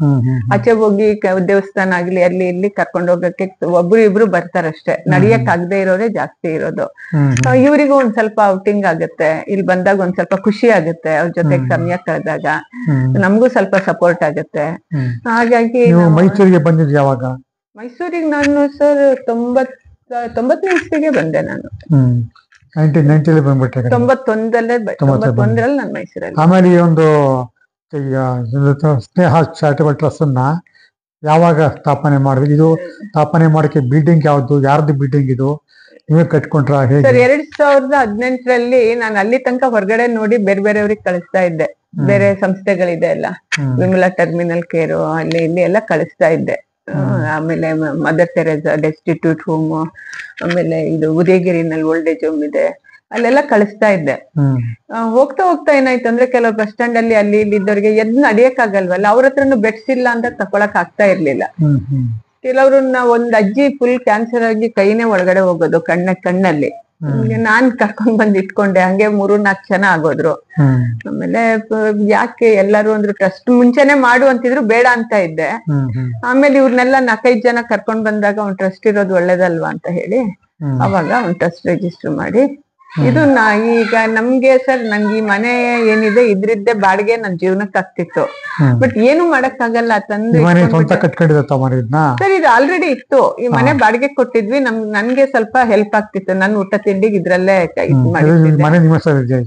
ಈಗ ನನ್ನ ಹೆಸರಲ್ಲೇ ನಂದೇ ಮನೆ, ಸಂಸ್ಥೆಯಿಂದ ಮಾಡಿದ್ದಲ್ಲ, ನಮ್ದೇ ಮನೆ. ಇದನ್ನ ಬಾಡಿಗೆಗಿದ್ದವ್ರನ್ನ ಖಾಲಿ ಮಾಡಿಸಿ ಇವ್ರನ್ನೆಲ್ಲ ಹಾಕೊಂಡಿದೀವಿ ಅವಾಗಿಂದ. ಇಲ್ಲಿ ಕೆಳಭಾಗದಲ್ಲಿ ಎಲ್ಲ ಓಲ್ಡೇಜ್ನವರಿಗೆ ವ್ಯವಸ್ಥೆ ಮಾಡ್ಕೊಟ್ಟು ಮೇಲ್ಗಡೆ ಅಡಿಗೆ ಎಲ್ಲ ಅಲ್ಲೇ ಮಾಡ್ತೀವಿ ಸರ್. ಯಾಕಂದ್ರೆ ಇಲ್ಲಿ ಅಡಿಗೆ ಮಾಡಕ್ ಆಗಲ್ಲ ಅನ್ನೋಕ್ಕಿಂತ ಇವರೆಲ್ಲ ಮಾನಸಿಕವಾಗಿ ಅಷ್ಟು ಇದಿಲ್ಲ, ಅದಕ್ಕೋಸ್ಕರ ಅಡಿಗೆ ಎಲ್ಲ ನಾವು ಮೇಲೆ ಮಾಡೋದು. ಗ್ಯಾಸ್ ಎಲ್ಲ ಇಡೋದು ಸ್ವಲ್ಪ ಕಷ್ಟ ಆಗತ್ತೆ, ಹಾಗಾಗಿ ಅಡಿಗೆ ಎಲ್ಲ ಅಲ್ಲೇ ಮಾಡ್ತೀವಿ. ಬಟ್ಟೆಗಳು ವಾರ ಹಾಕೋದು, ಬಟ್ಟೆ ವಾಶ್ ಮಾಡೋದು ಎಲ್ಲ ಅಲ್ಲೇ ಮಾಡ್ತೀವಿ. ಬಟ್ಟೆ ನೀವು ಹೋಗಿತ್ತದಲ್ಲ ಎಲ್ಲ ಮಿಷಿನ್ ಇದೆ ಸರ್, ಬಟ್ಟೆ ಎಲ್ಲ ವಾಶ್ ಮಾಡ್ತೀವಿ ಅಲ್ಲೇ, ಮೇಲೆ ಯಾರ್ ಹಾಕೋದು ಎಲ್ಲ ಅಲ್ಲೇ ಮಾಡ್ತೀವಿ. ಎಲ್ಲ ವಾಶ್ ಮಾಡಿ ನೀವೇ ಮಾಡ್ಕೊಡ್ತೀರಲ್ಲ? ನಾವ್ ಮಾಡ್ಕೊಡ್ತೀವಿ ಸರ್. ಈಗ ಬೇರೆ ಸಪೋರ್ಟ್ ಇಲ್ಲ ಇಲ್ಲಿ ಸ್ವಲ್ಪ ಸಪೋರ್ಟ್ ಮಾಡೋರು ಒಬ್ರು ಸ್ವಲ್ಪ ಒಂಚೂರು ಓಡಾಡೋರು ಇರ್ತಾರಲ್ಲ, ಜೊತೆಲಿ ಕರ್ಕೊಳ್ತೀನಿ. ಅಡಿಗೆ ಮಾಡೋದು ನೀವೇ, ಅಡಿಗೆ ನೀವೇ, ಊಟ ತಿಂಡಿ ಬಡಿಸೋದು ನೀವೇ, ಬಡಿಸೋದೆಲ್ಲ ಮಾಡ್ತೀವಿ, ಬಡಿಸೋದೆಲ್ಲ ನಾವೇ ಮಾಡ್ತೀವಿ. ಆಮೇಲೆ ಇದು ಈ ಸಂಸ್ಥೆ ಯಾವುದು ಯಾವ್ದಪ್ಪ ಅಂದ್ರೆ ಸ್ನೇಹ ಬಿಂದು ಚಾರಿಟೇಬಲ್ ಟ್ರಸ್ಟ್ ಸ್ಥಾಪನೆ ಮಾಡಿದ್ವಿ ಯಾವಾಗ? 2018 ಈಗ ಹೆಸರು ಕೊಟ್ರಿ, ಸ್ನೇಹ ಬಿಂದು ಚಾರಿಟೇಬಲ್ ಟ್ರಸ್ಟ್ ಹೆಸರು ಕೊಟ್ಟು ಸ್ಥಾಪನೆ ಮಾಡಿದ್ವಿ. ಇದರ ರಿಜಿಸ್ಟ್ರೇಷನ್ ಮಾಡಿಸಿದ್ವಿ. ರಿಜಿಸ್ಟ್ರೇಷನ್ ಆಗಿದೆ. ಆಮೇಲೆ ನಮ್ ಪ್ಯಾನ್ ಕಾರ್ಡ್ ಇದೆ, ATG ಇದೆ, 12AA ಇದೆ, CSR ಇದೆ. ಇವನ್ ದಾನಿಗಳು ದಾನ ಮಾಡಿದ್ರೆ ATG, ನಾವು ATG ಇರೋದ್ರಿಂದ ಇದು ಅಂಡರ್ ಇದು ATG ನಲ್ಲಿ ಟ್ಯಾಕ್ಸ್ ಎಕ್ಸೆಂಪ್ಷನ್ ಸಿಗುತ್ತೆ. ಈಗ ಇಲ್ಲಿ ಉಪಶಮನ ಆರೈಕೆ ಮತ್ತು ವೃದ್ಧಾಶ್ರಮ ಅಂತ ಮಾಡ್ಕೊಂಡಿದ್ದಾರೆ. ಇಲ್ಲಿಗೆ ಅವ್ರು ನೇರವಾಗಿ ಕರ್ಕೊಂಡ್ ಸೇರ್ತಾರ, ಅವರ ಮಕ್ಕಳುಗಳು ಯಾಕಂತ ಸೇರ್ತಾರ? ಸೇರಿಸೋರು ಸ್ವಲ್ಪ ಕೆಲವ್ರು ಬರ್ತಾರೆ ಅಷ್ಟೇ. ನಮ್ ಪೊಲೀಸ್ನವರಿಂದ ಬರ್ತಾರೆ ಸರ್. ಈಗ ಇಲ್ಲಿರೋದ್ 4-5 ಜನ ಪೊಲೀಸ್ನವರು, ಒಬ್ರು ಇಬ್ರು ಮಾತ್ರ ಪೊಲೀಸ್ನವ್ರು ಯಾರು ಕರ್ಕೊಂಡ್ ಬರ್ತಾರೆ? ಈಗ ಪೊಲೀಸ್ನವ್ರಿಗೆ ನಮ್ದು ಸಂಸ್ಥೆಗಳೆಲ್ಲ ನೋಡ್ತಾರೆ, ಆನ್ಲೈನ್ ಅಲ್ಲೆಲ್ಲ ಇರುತ್ತಲ್ಲ, ಲಿಸ್ಟ್ ಇರುತ್ತೆ ಅವ್ರ ಹತ್ರ. ಎಲ್ಲಿಂದ ಕರ್ಕೊಂಡ್ ಬರ್ತಾರೆ? ಅವ್ರು ಸ್ಟ್ರೀಟ್ ಅಲ್ಲಿ ಇಲ್ಲಿ ಓಡಾಡ್ಕೊಂಡಿರ್ತಾರಲ್ಲ, ಅಂತವ್ರನ್ನೇ ಕರ್ಕೊಂಡ್ ಬರೋದು ಅವರು. ಯಾರು ದಿಕ್ಕಿಲ್ದೆ ನಿನ್ನೆ ರಾತ್ರಿನೂ ನೋಡಿ ಬಸ್ ಸ್ಟ್ಯಾಂಡ್ ಅಲ್ಲಿ, ಸಬರ್ ಬಸ್ ಸ್ಟ್ಯಾಂಡ್ ಅಲ್ಲಿ ಯಾರೋ ಇದಾರೆ ಅಂತ ಫೋನ್ ಬಂತು. ಆಮೇಲೆ ಯಾರೋ ಆಟೋ ಡ್ರೈವರ್ಗೆ ಫೋನ್ ಮಾಡಿದ್ರು. ಆಮೇಲೆ ಅವರು ಇನ್ಯಾರಿಗೋ ಪೊಲೀಸ್ ಸ್ಟೇಷನ್ ಇಂದ ಫೋನ್ ಬಂತು, ಕಳಿಸಿ ಅಂದೆ, ಕಳಿಸಿದ್ರು. ಆಯಮ್ಮ ಮನೇಲಿ ಜಗಳ ಮಾಡ್ಕೊಂಡು ಚಾಮರಾಜನಗರದಿಂದ, ಗಾಜನೂರಿಂದ ಬಂದಿದ್ದಾರೆ ಮೈಸೂರಿಗೆ. ಆಮೇಲೆ ರಾತ್ರಿ ಎಲ್ಲ ಮಲಗಿದ್ರು, ಊಟ ಕೊಟ್ವಿ. ಬೆಳಿಗ್ಗೆ ಎದ್ಬಿಟ್ಟು ನಾನು ಹೋಗ್ತೀನಿ ನನ್ ಮಗನ ಹತ್ರ ಅಂತ ಎಲ್ಲ ಚೆನ್ನಾಗೇ ಇದ್ರು ಪಾಪ. ಒಂದು 45-50 ವರ್ಷ ಆಸುಪಾಸಿನವರು. ಆಮೇಲೆ ಸ್ವಲ್ಪ ಕೌನ್ಸಿಲಿಂಗ್ ಎಲ್ಲ ಮಾಡಿ ಎಲ್ಲ ಮಾಡ್ಬಿಟ್ಟು ಕಳಿಸ್ತೀವಿ. ಬೆಳಗ್ಗೆ ಮನೆ ತಲುಪಿದ್ದಾರೆ ಅವರು. ಈ ತರನು ಏನಂದ್ರೆ ಆಫ್ಟರ್ ಆಲ್ ಅವರಿಗೂ ಒಂದು ಆಶ್ರಯ ಬೇಕಲ್ಲ. ಒಬ್ಳು ಮಹಿಳೆ ಪಾಪ ರಾತ್ರಿ 11 ಗಂಟೆನಲ್ಲಿ ಎಲ್ಲಿ ಓಡಾಡ್ತಾಳ ಅವಳು. ಈ ತರನು ಆಗುತ್ತೆ ಸರ್. ಎಷ್ಟು ವಯಸ್ಸಿನವರನ್ನ ತಗೋತೀರಾ ಮೇಡಮ್? ಸರ್ ನಮ್ಗೆ 45 ವರ್ಷ ಮೇಲ್ಪಟ್ಟು ಎಷ್ಟು ವಯಸ್ಸಾದ್ರೂ ಪರವಾಗಿಲ್ಲ. 45 ವರ್ಷ ಒಳಗಡೆಯವ್ರನ್ನು ತಕೊಳ್ಳಲ್ಲ ಅಂತ ಏನಿಲ್ಲ, ಬಟ್ ಅಂತವ್ರು ತುಂಬಾ ಕಡಿಮೆ ನಮ್ಮ ಹತ್ರ ಬರೋದು. ಈಗ ಸ್ವಲ್ಪ ವಯಸ್ಸಾದವರು, ಹುಷಾರಿಲ್ಲ ಅಂದ್ರೆ ಮನೇಲಿ ನೋಡ್ಕೊಳಲ್ಲ, ಮನೇಲೂ ಕಾನ್ಫ್ಲಿಕ್ಟ್ಸ್ ಗಳು ಇರುತ್ತಲ್ವಾ, ಹುಷಾರಿಲ್ಲ ಅಂತವ್ರೆಲ್ಲ ಜಾಸ್ತಿ. ಈಗ ಪೊಲೀಸ್ನವರು ಎಲ್ಲಿಂದ ಕರ್ಕೊಂಡು ಈ ತರ ಆಶ್ರಯ, ಈಗ ಪೊಲೀಸ್ ಸ್ಟೇಷನ್ಗೆ ಹೋಗ್ತಾರೆ, ನಮ್ಗೆ ಯಾರು ಇಲ್ಲ, ನಮ್ಗೆ ಆಶ್ರಯ ಕೊಡಿ ಏನೋ ಇಂದ ಅಂತವ್ರನ್ನು ಕರ್ಕೊಂಡ್ ಬರ್ತಾರೆ. ಆರೋಗ್ಯಗಿರೋರು, ದಿಕ್ಕಿಲ್ದಿದ್ದವರು, ರೋಗಿಗಳು ಎಲ್ಲಾರು ಕೂಡ ಇವನ್ ನಾವು ಈ ತರ ಸೇವೆಗೆ ಹೋಗ್ತೀವಲ್ಲ ಹೊರಗಡೆ, ಅಲ್ಲೂ ಐಡೆಂಟಿಫೈ ಮಾಡ್ತೀವಿ. ಬಟ್ ಏನಂದ್ರೆ ಸರ್, ಮೈಸೂರಲ್ಲಿ ಸುಮಾರು 2,500-3,000 ಜನ ಇದಾರೆ. ಈ ತರ ಎಲ್ರು ನಾವು ತಂದು ನೋಡ್ಕೊಳಕ್ ಆಗಲ್ಲ. ಇಲ್ಲಿ ಕರ್ಕೊಂಡ್ ಬಂದ್ ನೋಡ್ಕೊಳ್ತೀವಿ. ಯಾರು ಸ್ವಲ್ಪ ಚೆನ್ನಾಗ್ ಆಗ್ತಾರೆ ಕರ್ಕೊಂಡೋಗಿ, ಅವ್ರಿಗೆ ಮನೆಗೇನೆ ಇದೆ ಸಿಕ್ಕಿದೆ ಅಂದ್ರೆ ಕರ್ಕೊಂಡೋಗಿ ಬಿಡ್ತೀವಿ. ಬೇರೆಯವ್ರಿಗೆ ಜಾಗ ಆಗತ್ತೆ. ಆ ತರ ಆಗ್ತಾ ಒಟ್ಟು ಇದೆ ಎಷ್ಟು ಜನಕ್ಕೆ ಕೆಪಾಸಿಟಿ ಇದೆ ಮೇಡಮ್ ಇಲ್ಲಿ? ಸರ್. ನಮ್ಮಲ್ಲಿ ಒಂದು 15 ಜನರಿಗೆ ಇದೆ ಸರ್. 15 ಜನಕ್ಕೆ ಕೆಪಾಸಿಟಿ ಇದೆ. ಎಲ್ಲ ಫಿಮೇಲ್ ಇದೆಯಲ್ಲ ಸರ್? ಮೇಲು ಫಿಮೇಲ್ ಇಟ್ಕೊಂಡಿದ್ವಿ ಮುಂಚೆ. ಬೆಡ್ ಪೇಷಂಟೇ ಇದ್ರು ಪರವಾಗಿರ್ಲಿಲ್ಲ. ಈ ಓಡಾಡೋರು ಬಂದಾಗ ಏನಾಗುತ್ತೆ, ವಾಶ್ರೂಮ್ ಪ್ರಾಬ್ಲಮ್ ಆಗುತ್ತೆ. ಇದು ಮನೆ ಆಗಿರೋದ್ರಿಂದ ನಾವು ಆಶ್ರಮ ಅಂತ ಕಟ್ಟಿಲ್ಲ, ಇದು ಮನೆ ಅಂತ. ವಾಶ್ರೂಮ್ ಇಶ್ಯೂಸ್ ಬರುತ್ತೆ, ಯಾಕಂದ್ರೆ ಇವರೆಲ್ಲ ತುಂಬಾ ವಯಸ್ಸಾದವರು, ಏನೇನೋ ಬ್ಯಾಕ್ ಗ್ರೌಂಡ್ ಇರೋರು, ಸ್ವಲ್ಪ ಡೋರ್ ಎಲ್ಲ ಕ್ಲೋಸ್ ಮಾಡ್ಕೊಳ್ಳೋದೆಲ್ಲ. ಹಾಗಾಗಿ ನಾವು ಗಂಡಸರನ್ನ ಸ್ಟಾಪ್ ಮಾಡ್ಬಿಟ್ಟು ಈಗ ಬರೀ ಮಹಿಳೆಯರನ್ನ ಮಾತ್ರ ಇಟ್ಕೊಂಡಿದೀವಿ ಸರ್. ಎಲ್ಲಾ ತರ ಕಾಯಿಲೆದವ್ರದ್ದು ಇಲ್ಲಿ ಇಟ್ಕೋತೀರಾ? ಎಲ್ಲಾ ತರದ್ದು ಡಾಕ್ಟರ್ ಇಲ್ಲಿ ಬಂದು ಟ್ರೀಟ್ಮೆಂಟ್ ಡಾಕ್ಟರ್ ಬರ್ತಾರೆ ಸರ್. ಅವಶ್ಯಕತೆ ಹೊರಗಡೆ ಕರ್ಕೊಂಡೋಗಿ ಟ್ರೀಟ್ಮೆಂಟ್ ತುಂಬಾ ಏನಾದ್ರು ಈಗ ಸ್ಪೆಷಲಿಸ್ಟೇ ಬೇಕು ಅಂದಾಗ ಕರ್ಕೊಂಡ್ ಹೋಗ್ತೀವಿ. ಈಗ ಆಟೋ ಎಲ್ಲ ಇದೆ ಅಲ್ಲ, ಕರ್ಕೊಂಡ್ ಹೋಗ್ತೀವಿ. ಇದಕ್ಕೆಲ್ಲ ಖರ್ಚಾಗುತ್ತೆ ಯಾವ ರೀತಿ ಮೈಂಟೈನ್ ಮಾಡ್ಕೋತೀರಿ ತಾವು? ಸರ್ ಇವಾಗ ಒಂದೇನಂತಂದ್ರೆ, ಈಗ ದಾನಿಗಳ ಹತ್ರ ಕೇಳ್ತೀವಿ. ಈಗ ಗೌರ್ಮೆಂಟ್ ಆಸ್ಪತ್ರೆಗೆ ಹೋದ್ರೆ ನಮ್ಗೆ ಖರ್ಚುಗಳು ಸ್ವಲ್ಪ ಕಡಿಮೆನೆ. ಈಗ ಪ್ರೈವೇಟಿಗೆ ಹೋಗಿ ನಮ್ ಖರ್ಚು ಮಾಡಕ್ ಆಗಲ್ಲ. ಹಾಗಾಗಿ ಗೌರ್ಮೆಂಟ್ ಆದಷ್ಟು ನಾವ್ ಇಲ್ಲೇ ಮಾಡ್ತೀವಿ. ಇಲ್ಲ ಆಗಿಲ್ಲ, ಏನಾದ್ರೂ ಟೆಸ್ಟ್ ಮಾಡ್ಬೇಕು, ಇಲ್ಲ ಒಬ್ರು ಸ್ಪೆಷಲಿಸ್ಟೇ ಬೇಕು ಅಂದ್ರೆ ಕರ್ಕೊಂಡ್ ಹೋಗ್ತೀವಿ, ಒಪಿನಿಯನ್ ತಕೊಳ್ತೀವಿ. ಏನ್ ಮಾಡ್ಬೋದು, ಸ್ವಲ್ಪ ಯಾರನ್ನಾದ್ರೂ ಕಾಂಟ್ಯಾಕ್ಟ್ ಮಾಡಿ. ಒಳ್ಳೆ ಜನ ಇದಾರೆ ಸರ್, ಏನಂದ್ರೆ ನಾವು ಹುಡುಕ್ಬೇಕಷ್ಟೇನೆ. ಇಲ್ಲಿರ್ತಕ್ಕಂಥವ್ರೆಲ್ಲಾರು ಚೆನ್ನಾಗಿ ಮಾತಾಡ್ತಕ್ಕಂಥ ಕೆಲಸ ಕಾರ್ಯ ಮಾಡೋರ್ಲ ಇದ್ದಾರಲ್ಲ ಸರ್? ನೋಡಿ, ಇವರೆಲ್ಲ ಬೆಡ್ ರಿಡನ್ ಆಗೇ ಬಂದವರು. ಇವರು ಅಷ್ಟೇ, ಅವರು ಅಷ್ಟೇ. ಈಗ ಅಲ್ಲಿ ನೋಡಿ, ಅಲ್ಲಿ ಕೂತಿದಾರೆ ಅಷ್ಟೇ. ಅವರು ನಡಿಯಕ್ ಆಗಲ್ಲ, ಮೆತ್ತಗ್ ಬೆಟ್ಟ ತನಕ ಹೋಗ್ತಾರಷ್ಟೇ. ಈಗ ಅವ್ರಿಗೆ ನೋಡಿ, ಅವರು ಅಷ್ಟೇ ಹಾಸಿಗೆಯಿಂದ ಇಳಿಸಿ ಕೂರಿಸ್ತೀವಿ, ಮತ್ತೆ ಹಾಸಿಗೆ ಕೂರಿಸ್ತೀವಿ ಅವ್ರನ್ನ. ನಡಿಯಕ್ ಅವ್ರ ಕೆಲಸ ಅವ್ರು ಮಾಡ್ಕೊಳ್ಳೋರು ತುಂಬಾ ಕಡಿಮೆ. ಈಗ ಇವ್ರು ಸ್ವಲ್ಪ, ಈಗ ಇವ್ರು ನಡಿಯಕ್ಕಾಗ್ದು ಬೆಡ್ ರಿಡನ್ ಆಗೇ ಬಂದಿದ್ದವ್ರು. ಈಗ ಅವರು ಓಡಾಡ್ತಾ ಇದ್ದಾರೆ. ಅವರು ಬೆಡ್ ರಿಡನ್ ಆಗೇ ಬಂದಿದ್ದು. ತರ ಸ್ವಲ್ಪ ಡಯಟ್ ಎಲ್ಲ ಮಾಡ್ತೀವಲ್ಲ ಇಲ್ಲಿ, ಹಾಗಾಗಿ ಸ್ವಲ್ಪ ಟ್ರೀಟ್ಮೆಂಟ್ ಎಲ್ಲ ಇರುತ್ತೆ. ಅಂಡ್ ಅವ್ರಿಗೂನು ಒಂದು ಮಾಡ್ಬೇಕು, ನಾನ್ ನಡಿಬೇಕು, ಮಾಡ್ಬೇಕು ಅನ್ನೋದು ಅವರಲ್ಲೂ ಒಂದು ಉತ್ಸಾಹ ತುಂಬ್ತೀವಿ ನಾವು. ನಿಮ್ ಕೆಲಸ ನೀವ್ ಮಾಡ್ಕೋಬೇಕು ಅಂತ ಎಲ್ಲ. ಹಾಗಾಗಿ ಅವರು ಮಾಡ್ಕೊಡ್ತಾರೆ. ಇಲ್ಲಿ ಬಂದು ಇದ್ದು ವಾಪಸ್ ನಮ್ಮ ಮನೆಗೆ ಹೋಗ್ತಿ ಅಂತ ಹೇಳ್ದವ್ರು ಇದಾರೆ ಇಲ್ಲಿ? ಕೆಲವ್ರು ಹೋಗಿದ್ದಾರೆ ಸರ್. ಕೆಲವರೆಲ್ಲ ಫ್ಯಾಮಿಲಿ ತಂದ್ಬಿಟ್ಟು ಕರ್ಕೊಂಡು ಹೋಗಿದ್ದಾರೆ. ಕೆಲವರು ಮನೆಯಲ್ಲಿ ಕಾನ್ಫ್ಲಿಕ್ಟ್ಸ್ ಎಲ್ಲ ಆಗಿ ಹುಷಾರಿಲ್ಲ ಅಂತೆಲ್ಲ ಇಂಪ್ರೂವ್ ಆದ್ಮೇಲೆ ಕರ್ಕೊಂಡು ಹೋದವರು ಇದ್ದಾರೆ. ಇನ್ ಕೆಲವ್ರು ಕರ್ಕೊಂಡು ಹೋಗಿ ಸಾಕು ಅಂತ ಹೋಗಿ ಕೆಲವ್ರು ಡೆತ್ ಆದವರು ಇದ್ದಾರೆ. ಇನ್ ಕೆಲವ್ರು ನಾವು ಫ್ಯಾಮಿಲಿ ಹುಡುಕಿದೀವಿ.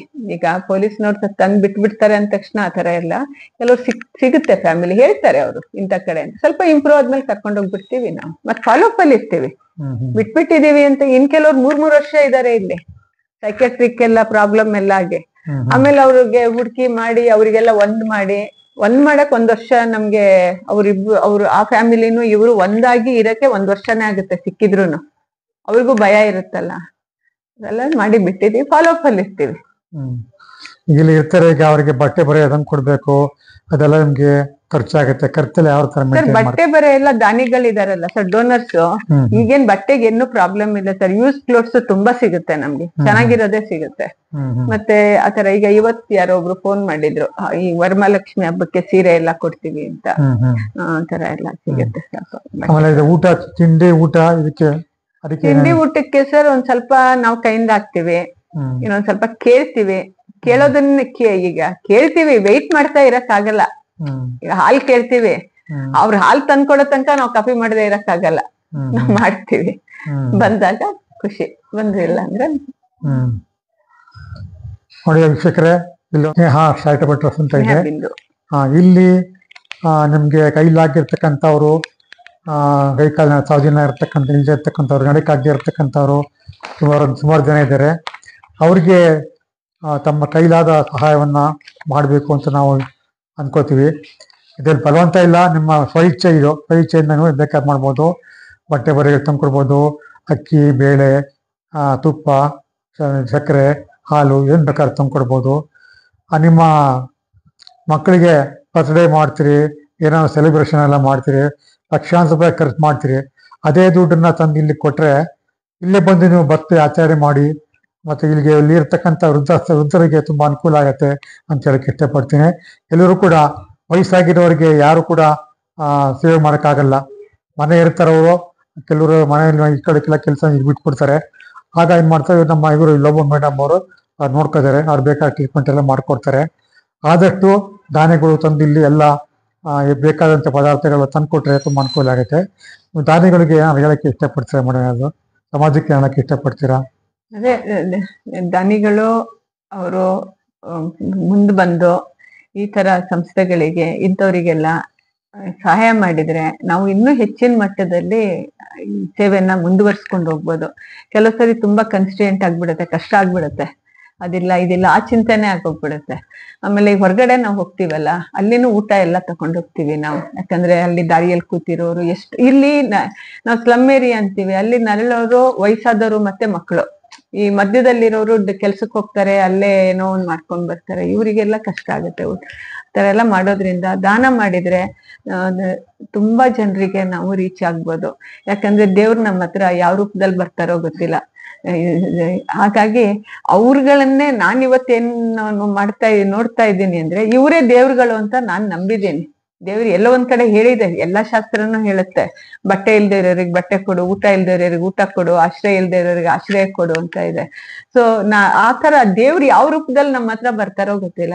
ಸೊ ಅವ್ರನ್ನೇ ನಾವು ದೇವ್ರು ಅಂತ ನಂಬ್ಕೊಂಡು ನನ್ನ ಕೈಯಲ್ಲಾಗಿದ್ದು ನಾನು ಮಾಡ್ತಾ ಇದ್ದೀನಿ.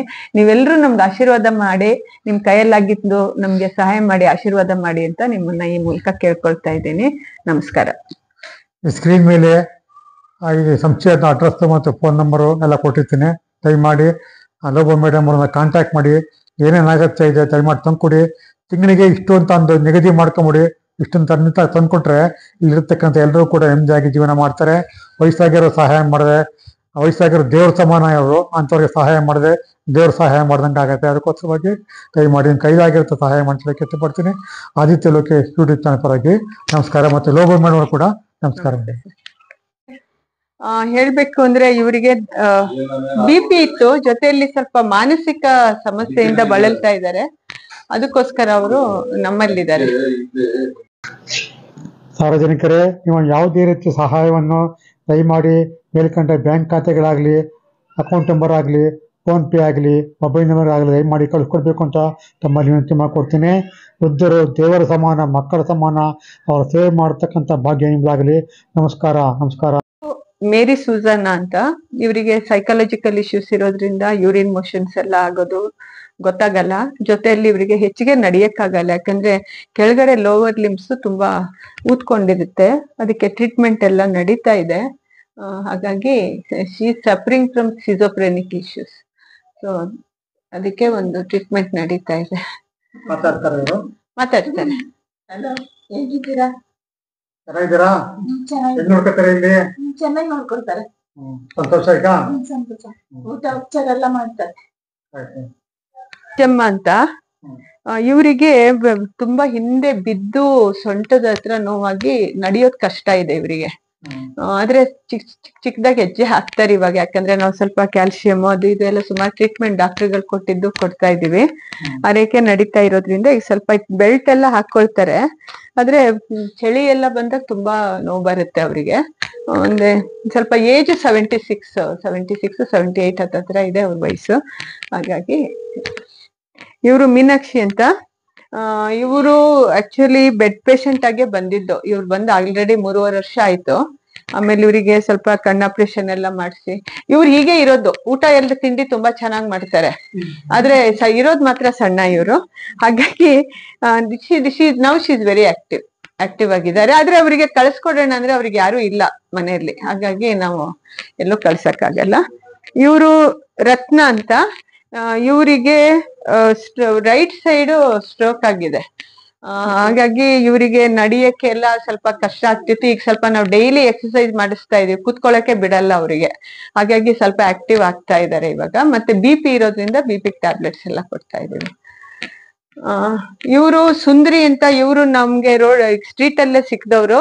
ಇವ್ರಿಗೆ ಆರೋಗ್ಯ ಸಮಸ್ಯೆ ಏನು ಇಲ್ಲ, ಸುಮಾರು 94 years ವಯಸ್ಸು ಇರ್ಬೋದು ಅಂತ ಅನ್ಕೊಂಡಿದ್ದೀವಿ ಇವ್ರಿಗೆ. ಬಟ್ ಓಲ್ಡ್ ಏಜ್ ಯಾರು ಇಲ್ಲ. ಇವ್ರು ಹೇಳಿದ್ದು ತಮಿಳ್ನಾಡು, ಇವ್ರು ಹೇಳಿದ ಅಡ್ರೆಸ್ಸಿಗೆಲ್ಲ ನಾವು ಹುಡುಕಿ ಮಾಡಿ ಎಲ್ಲ ಮಾಡಿದೀವಿ. ಬಟ್ ಅಡ್ರೆಸ್ ಅಲ್ಲಿ ಏನು ಇಲ್ಲ, ಬಟ್ ಮಿಸ್ಸಿಂಗ್ ಕಂಪ್ಲೇಂಟ್ಸು ಇಲ್ಲ ಇವ್ರ ಬಗ್ಗೆ.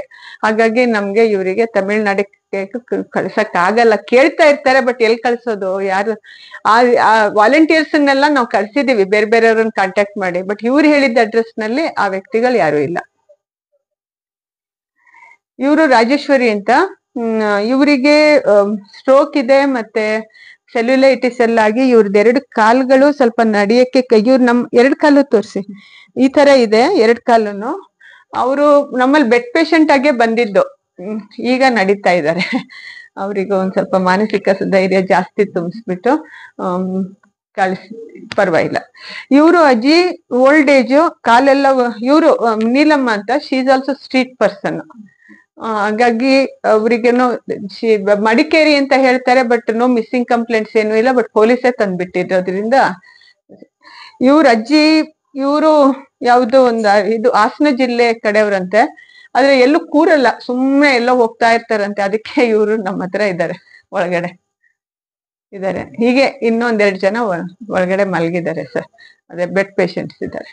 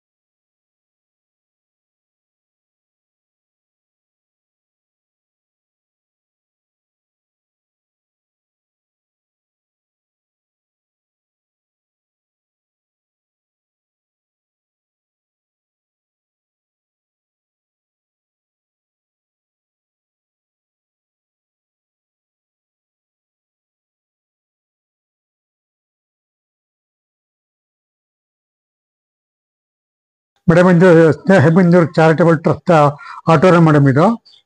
ಸರ್, ಇದು ನಮ್ಗೆ ನಾನು ತುಂಬಾ ವರ್ಷದಿಂದ, ಸುಮಾರು 25-26 ವರ್ಷದಿಂದ ನಾನು ಸಿಟಿ ಬಸ್ ಅಲ್ಲಿನೇ ತುಂಬಾ ಏರಿಯಾಗಳಿಗೆ ಹೋಗ್ತಾ ಇದ್ದೆ. ಅಂದ್ರೆ ಹಳ್ಳಿಗಳಿಗೆ, ಮತ್ತೆ ಸ್ಲಮ್ ಏರಿಯಾಗಳಿಗೆ, ಡೌನ್ ಟಾರ್ಡನ್ ಏರಿಯಾಗಳಿಗೆಲ್ಲ ಬಸ್ ಅಲ್ಲಿ ಹೋಗಿ ಬರ್ತಾ ಇದ್ದೆ. ಸ್ವಲ್ಪ ಮೆಡಿಸಿನ್ಸ್, ಡ್ರೆಸ್ಸಿಂಗ್ಸ್, ಅದು ಇದು ತಕೊಂಡು. ಈಗ ನಾವು ಈ ಆಶ್ರಮ ಎಲ್ಲ ಮಾಡಿದ್ಮೇಲೆ ಏನಾಗಿದೆ ಅಂದ್ರೆ, ಸ್ವಲ್ಪ ಟೈಮ್ ಕನ್ಸಿಸ್ಟೆನ್ಸ್, ಮತ್ತೆ ಎಲ್ಲ ಭಾರಗಳೆಲ್ಲ, ಈಗ ಬಟ್ಟೆ, ಈಗ ಆಟೋದಲ್ಲಿ ನೋಡಿದಿರಿ ನೀವು, ಇದೆಲ್ಲ ನನ್ಗೆ ಸಿಟಿ ಬಸ್ ಅಲ್ಲಿ ತಕೊಂಡ್ ಹೋಗಕ್ ಆಗ್ತಾ ಇರ್ಲಿಲ್ಲ. ಹಾಗಾಗಿ ನಾನು ತುಂಬಾ ಜನರಿಗೆ ರಿಕ್ವೆಸ್ಟ್ ಕಳ್ಸಿದ್ದೆ, ನಮ್ಗೆ ಯಾವ್ದಾದ್ರು ಒಂದು ವೆಹಿಕಲ್ ಕೊಡಿ, ಸ್ವಲ್ಪ ನಮ್ಗೆ ಇದೆಲ್ಲ ತಕೊಂಡ್ ಹೋಗಕ್ಕೆ ಹೆಲ್ಪ್ ಆಗುತ್ತೆ ಅಂತ. ಹಾಗಾಗಿ ಸುಮಾರು ಜನರಿಗೆ ಕೇಳಿದಾಗ ನನ್ಗೆ ಸಾಯಿ ಫೌಂಡೇಶನ್ ಅಂತ, ಇಲ್ಲಿ ನೋಡ್ಬೋದು ನೀವು, ಇಲ್ಲಿ ಸಾಯಿ ಫೌಂಡೇಶನ್ ಅಂತ ಇದೆ. ಸಾಯಿ ಫೌಂಡೇಶನ್ ಅವರು ನಮ್ಗೆ ಈ ಆಟೋನ ದಾನ ಮಾಡಿದ್ದಾರೆ ಸರ್, ನಮ್ಗೆ ಉಪಯೋಗಿಸ್ಕೊಳಕ್ಕೆ ದಾನ ಮಾಡಿದ್ದಾರೆ. ಫೀಲ್ಡ್ ವರ್ಕ್ ಎಲ್ಲ ಚೆನ್ನಾಗ್ ಮಾಡಿ ಅಂತ. ಮತ್ತೆ ಇದ್ರ ಜೊತೆಗೆ ಅವರು ನಮ್ಗಿದೆಲ್ಲ ಅವ್ರಿಗೆ ಕೊಟ್ಮೇಲೆ ನಮ್ಗೆ ತುಂಬಾ ಸುಲಭ ಆಗಿದೆ. ಈಗ ಬಟ್ಟೆಗಳು ತಕೊಂಡೋಗ್ತಿವಿ, ಈ ತರ ಇದೆಲ್ಲ ತಕೊಂಡೋಗ್ತಿವಿ. ಆಮೇಲೆ ಇಲ್ಲಿ ನಾವು BP ಚೆಕ್ ಮಾಡೋದು, ಶುಗರ್ ಚೆಕ್ ಮಾಡೋದು, ಆಮೇಲೆ ಸ್ವಲ್ಪ ಸ್ನಾನ ಎಲ್ಲ ಮಾಡ್ಸಕ್ಕೆ, ಹೊರಗಡೆ ಸ್ಟ್ರೀಟ್ ಅಲ್ಲೆಲ್ಲ ಇರ್ತಾರಲ್ಲ, ಕೂದ್ಲೆಲ್ಲ ಕ್ಲೀನ್ ಮಾಡಕ್ಕೆ, ಆಮೇಲೆ ಔಷಧಿಗಳು, ಡ್ರೆಸ್ಸಿಂಗ್ಗಳು, ಊಟ, ಸ್ವಲ್ಪ ಊಟನೂ ತಕೊಂಡೋಗ್ತಿವಿ ಸರ್. ಈ ತರ ಬಾಕ್ಸ್ ಅಲ್ಲಿ ಯಾರಾದ್ರೂ ದಾರಿಯಲ್ಲೆಲ್ಲ ಊಟ ಇಲ್ದೆ ಎಲ್ಲ ಕೂತಿರ್ತಾರೆ, ಅವರಿಗೆಲ್ಲ ಮತ್ತೆ ನೀರ್ ತಕೊಂಡ್ ಹೋಗ್ತಿವಿ. ಯಾರಾದ್ರೂ ರೋಡಲ್ಲೆಲ್ಲ ಆತರ ಕೂತ್ಕೊಂಡ್ರೆ ಅವ್ರಿಗೆ ಸ್ನಾನನೂ ಮಾಡ್ಸಿ, ಸ್ವಲ್ಪ ಕೂದ್ಲೆಲ್ಲ ಕಟ್ ಮಾಡಿ, ಬೇರೆ ಬಟ್ಟೆ ಹಾಕಿ ಎಲ್ಲ ಮಾಡ್ತೀವಿ. ಜೊತೆ ಉಳಿದಿದ್ ಬಟ್ಟೆಗಳನ್ನ ನಾವು ಬೇಕಾದವರಿಗೆ ಕೊಟ್ಬಿಡ್ತೀವಿ. ಅಂದ್ರೆ ಎಲ್ಲ ಯೂಸ್ಡ್ ಕ್ಲೋತ್ಸ್, ಹೊಸ ಬಟ್ಟೆ ಎಲ್ಲ ಬಳಸಿದ್ದ ಬಟ್ಟೆಗಳನ್ನೇ ಬೆಡ್ಶೀಟ್ಸ್ ತರ ಎಲ್ಲ ತಕೊಂಡ್ ಹೋಗ್ಬಿಟ್ಟು ನಾವ್ ಮಾಡಕ್ಕೆ ಈ ಆಟೋ ತುಂಬಾ ಸುಲಭ ಆಯ್ತು ನನ್ಗೆ. ಮತ್ತೆ ಈ ಒಂದು ಆಟೋಗೆ ತಾವು ಎಲ್ಲೆಲ್ಲಿಗೆ ತಾವು ಹೋಗ್ತೀರಾ? ಅವರೇನೆ ಫೋನ್ ಮಾಡ್ತಾರೆ ನಮ್ಗೆ? ನೀವು ಹುಡ್ಕೊಂಡು ಹೋಗ್ತೀರಾ? ನಾವು ಹುಡ್ಕೊಂಡು ಹೋಗ್ತೀವಿ. ನಾವ್ ಈಗ ಏನಂದ್ರೆ ಈ ದೊಡ್ಡ ದೊಡ್ಡ ಈಗ ಜಯಲಕ್ಷ್ಮೀಪುರಂ ಇಂಥ ಏರಿಯಾಗಳಲ್ಲಿ ನಾವ್ ಕೇಳಕ್ಕಾಗಲ್ಲ, ಗೋಕುಲಂನಲ್ಲೆಲ್ಲ. ಆದ್ರೆ ಈ ಸ್ಲಮ್ ಏರಿಯಾಗಳಲ್ಲಿ ಎಲ್ಲಿ ಜನಸಂದಣಿ ಜಾಸ್ತಿ ಇದೆ ಆತರ ಏರಿಯಾಗಳಲ್ಲಿ ಅಲ್ಲಿ ಹೋಗ್ಬಿಟ್ಟು ನಾವು ಇಲ್ಲಿ ಯಾರಾದ್ರೂ ಹುಷಾರಿಲ್ದೆ ಇರೋರಿದಾರ, ಹಾಸಿಗೆ ಮೇಲೆ ಮಲ್ಗಿರೋರಿದಾರ, ನಡಿಯಕ್ ಆಗದೆ ಇರೋರಿದಾರ ಅಂತ ಎಲ್ಲ ಕೇಳಿದಾಗ ಒಬ್ರಿಗೊಬ್ರು ತೋರಿಸ್ತಾರೆ. ಒಬ್ರು ಇಬ್ರು ಸಿಕ್ಕಿದ್ರೆ ಅವ್ರು ಇನ್ನೊಂದಿಬ್ರನ್ನ ತೋರಿಸ್ತಾರೆ. ಆತರ ನಾವೊಂದು 350ರಿಂದ 400 ಪೇಷಂಟ್ಗಳು ಇವಾಗ ನಮ್ಗಿದ್ದಾರೆ ಸರ್. ನಾವು ವಾರದಲ್ಲಿ ಪ್ಲಾನ್ ಮಾಡ್ತೀವಿ, ಇವತ್ತೆಲ್ಲಿ ಹೋಗ್ಬೇಕು, ಡೈಲಿ 3 to 4 hours ಹೊರಗಡೆ ಹೋಗ್ತೀವಿ ಸರ್. 10 ಗಂಟೆಗೆ ಹೋದ್ರೆ 2 ಗಂಟೆ ತನಕ ಆಚೆ ಇದ್ಬಿಟ್ಟು ನೋಡ್ಕೊಂಡೆಲ್ಲ ಬರ್ತೀವಿ. ಅವ್ರಿಗೆ ನಾವ್ ಅಲ್ಲಿ ಹೋದಾಗ ನರ್ಸಿಂಗ್ ಕೇರ್ ಕೊಡೋದು, ಆಮೇಲೆ ಬೆಡ್ ಅಲ್ಲಿ ಅವ್ರಿಗೆ ಹೇಗೆ ಅವ್ರ ಮನೆಯವ್ರಿಗೂ ಹೇಳ್ಕೊಡ್ತೀವಿ. ಡೈಲಿ ನಾವ್ ಹೋಗಿ ಅವ್ರಿಗೆ ಮಾಡಕ್ಕಾಗಲ್ಲ, ಅವ್ರ ಮನೆಯವ್ರಿಗೆ ಹೇಳ್ಕೊಡ್ತೀವಿ. ಆಮೇಲೆ ಜೊತೆಲಿ ಅವ್ರು ತುಂಬಾ ಬಡವ್ರು ಇದಾರೆ ಅಂದ್ರೆ ಅವ್ರಿಗೆ ನಮ್ಮಿಂದ ಏನು ಅವ್ರಿಗೆ ಆಲ್ರೆಡಿ ಡಾಕ್ಟರ್ ಬರ್ದಿರ್ತಾರೆ ಕೆಲವು ಔಷಧಿಗಳು, ಇರಲ್ಲ ಅಂದ್ರೆ ನಾವ್ ಅದನ್ನ ಕೆಲವು ದಾನಿಗಳಿಂದ ಈಸ್ಕೊಂಡು ಅದನ್ನ ಕೊಡ್ತೀವಿ. ಡೈಪರ್ಸ್ ಕೊಡ್ತೀವಿ, ಡೈಪರ್ಸ್ ಉಗುರುಗಳು ಕಟ್ ಮಾಡ್ಕೊಡ್ತೀವಿ. ಕಾಲಲ್ಲೆಲ್ಲ ಸ್ವಲ್ಪ ಇದಿರುತ್ತೆ ಅದೆಲ್ಲ ಕ್ಲೀನ್ ಮಾಡ್ಕೊಡ್ತೀವಿ, ಡ್ರೆಸ್ಸಿಂಗ್ ಮಾಡ್ಕೊಟ್ಕೊಡ್ತೀವಿ ಈ ತರ. ಆಮೇಲೆ ಕೆಲವೊಂದು ಈ ತರದೆಲ್ಲ ಕೆಲವ್ರಿಗೆ ಇರಲ್ಲ ಇದು. ಆಮೇಲೆ ಈ ಕಮೋಡ್ಗಳು ಎಲ್ಲ ನಮ್ಮ ಹತ್ರ ಏನಿದೆ ಅದನ್ನ ನಾವು ಕೊಡ್ತೀವಿ ಸರ್. ಇಲ್ದೇ ಇರೋರ್ದೆಲ್ಲ ನಾವು ಲಿಸ್ಟ್ ಮಾಡ್ಕೊಂಡ್ ಬಂದ್ಬಿಟ್ಟು ನಾವು ಕೆಲವು ದಾನಿಗಳಿಗೆ ಕೇಳ್ತೀವಿ. ಕೆಲವ್ರು ನಮ್ಗೆ ಉದಾರ ಮನೋಭಾವದಿಂದ ಕೊಟ್ಟವ್ರಿದ್ದಾರೆ, ಅವ್ರದ್ದನ್ನ ಮತ್ತೆ ತಲುಪಿಸ್ತೀವಿ ಸರ್ ಅವರಿಗೆ. ಹಾಗಾಗಿ ಅದು ಒಂದು ನನ್ಗೆ ಒಂದೇನಂದ್ರೆ ನಾನ್ ನರ್ಸ್ ಆಗಿರೋದ್ರಿಂದ ಅವ್ರ ಕಷ್ಟಗಳು ಸ್ವಲ್ಪ ನನ್ಗೆ ಅರ್ಥ ಆಗುತ್ತೆ. ನಾನು ಏನ್ ಒಂದು ಸಂದರ್ಭದಲ್ಲಿ ಅವ್ರಿಗೆ ಯಾವ ತರ ಸೇವೆ ಸಲ್ಲಿಸ್ಬೋದು ಅನ್ನೋದನ್ನ ಅವರಿಗೆ ನನ್ ಮಾಡ್ಲಿಕ್ಕೆ ತುಂಬಾ ಸುಲಭ ಆಗುತ್ತೆ. ಜೊತೆಲಿ ಕೆಲವು ವಾಲಂಟಿಯರ್ಸ್ ಅನ್ನು ರಿಕ್ವೆಸ್ಟ್ ಮಾಡ್ತಾ ಇರ್ತೀವಿ ಅವಾಗ. ಕೆಲವರು ಅವರು ಟೈಮ್ ಇದ್ದಾಗ ನಮ್ ಜೊತೆಗೆ ಜಾಯಿನ್ ಆಗ್ತಾರೆ. ಆಟೋದಾಗ ಡ್ರೈವರ್ ಇದಾರೆ ಇದಕ್ಕೆ ಸರ್? ಡ್ರೈವರ್ ಏನಾದ್ರು ಒಬ್ರಿದ್ದಾರೆ, ನಾವು ಅವ್ರನ್ನ ಅವರ್ಲಿ ಬೇಸಿಸ್ ಕರಿತೀವಿ ಸರ್. ನಾವು ಹೋಗೋ ಟೈಮಿಗೆ, ಯಾಕಂದ್ರೆ ನಮ್ಗೆ ಮಂತ್ಲಿ ಸ್ಯಾಲ್ರಿ ಕೊಡಕ್ ಆಗಲ್ಲ. ಅವರಿಗೆ ಅವ್ರು ಬಂದ್ರೆ ಎಷ್ಟು ಗಂಟೆ ನಮ್ ಜೊತೆಗೆ ಇರ್ತಾರೆ ಅಷ್ಟು ಗಂಟೆಗೆ ಅವ್ರಿಗೆ ನಾವು ಪೇ ಮಾಡ್ತೀವಿ. ತುಂಬಾ ಸಂತೋಷ. ನಿಮ್ದೊಂದು ಸ್ನೇಹ ಚಾರಿಟಬಲ್ ಟ್ರಸ್ಟ್ ಮಾಡ್ಕೊಂಡಿದ್ದೀರಾ. ಅದ್ರಲ್ಲಿ ಯಾರೊಬ್ರು ನಿಮ್ಮ ತಾಯಿ ಫೌಂಡೇಶನ್ ಟ್ರಸ್ಟ್ ಅವರು ನಿಮ್ಗೆ ಅನುಕೂಲಕರ ಅಲ್ಲಿ ರಾಜಾರಾಮ್ ಸರ್ ಅಂತ ಇದ್ದಾರೆ, ಅವರು ನಮ್ಗೆ ಪೇಷಂಟ್ ಹುಡ್ಕೋದಕ್ಕೆ ಅನುಕೂಲ ಆಗಲಿ, ಕರ್ಕೊಂಬರಕ್ಕೆ ಅನುಕೂಲ ಆಗಲಿ ಅಂದ್ಬಿಟ್ಟು ಈ ಒಂದು ಆಟೋವನ್ನು ದಾನ ಮಾಡಿದ್ದಾರೆ. ನಿಮ್ಗೆ ತುಂಬಾ ಹೆಲ್ಪ್ ಆಗುತ್ತೆ ಅಂತ ಗೊತ್ತಾಗುತ್ತೆ ನಮ್ಗೀಗ. ಮತ್ತೆ ನಮ್ಮಲ್ಲೂ ಕೆಲವರಿಗೆಲ್ಲ ಹುಷಾರಿರಲ್ಲ ಆಶ್ರಮದಲ್ಲಿ, ಆಸ್ಪತ್ರೆಗೆಲ್ಲ ಕರ್ಕೊಂಡು ಹೋಗ್ಬೇಕು. ಆದಷ್ಟು ಡಾಕ್ಟರ್ ಇಲ್ಲೇ ಬರ್ತಾರೆ. ಕೆಲವೊಂದ್ಸರಿ ನಾವು ಕರ್ಕೊಂಡು ಹೋಗೋ ಸಂದರ್ಭಗಳು ಬರುತ್ತೆ. ಇಲ್ಲಿಂದ ಯಾವ ಕರ್ಕೊಂಡು ಹೋಗ್ತೀರಾ ಸರ್? ನಾವು ಡಿಸ್ಟ್ರಿಕ್ಟ್ ಗವರ್ಮೆಂಟ್ ಆಸ್ಪತ್ರೆಗೆ ಜಾಸ್ತಿ ಹೋಗೋದು. ನಾವು ಪ್ರೈವೇಟ್ ಆಸ್ಪತ್ರೆಗೆ ನಾವು ಹೋಗಕ್ ಆಗಲ್ಲ ನಮ್ಮ ಹತ್ರ. ನಾವು ಜಾಸ್ತಿ ಗವರ್ಮೆಂಟ್ ಆಸ್ಪತ್ರೆಗೆ ಕರ್ಕೊಂಡು ಹೋಗೋದು. ನಮ್ಗೆ ಆಟೋ ಇರೋದ್ರಿಂದ ಅವ್ರಿಗೆ ಕರ್ಕೊಂಡು ಹೋಗೋಕ್ ಸುಲಭ ಆಗುತ್ತೆ.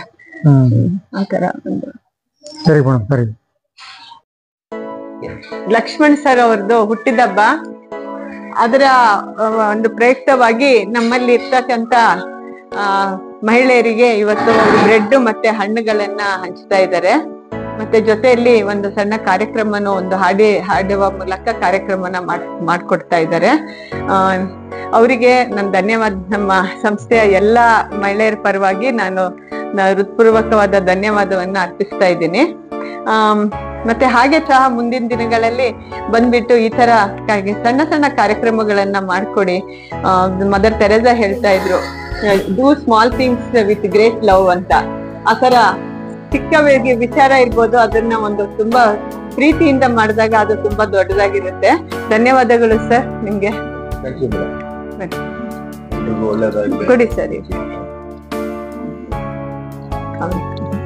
ಅವ್ರಿಗೆ ಕೊಡಿ. ಆ ಕಡೆ ಇರೋರಿಗೊಂದು, ಆ ಕಡೆ ಹಾಕ್ಕೊಡಿ.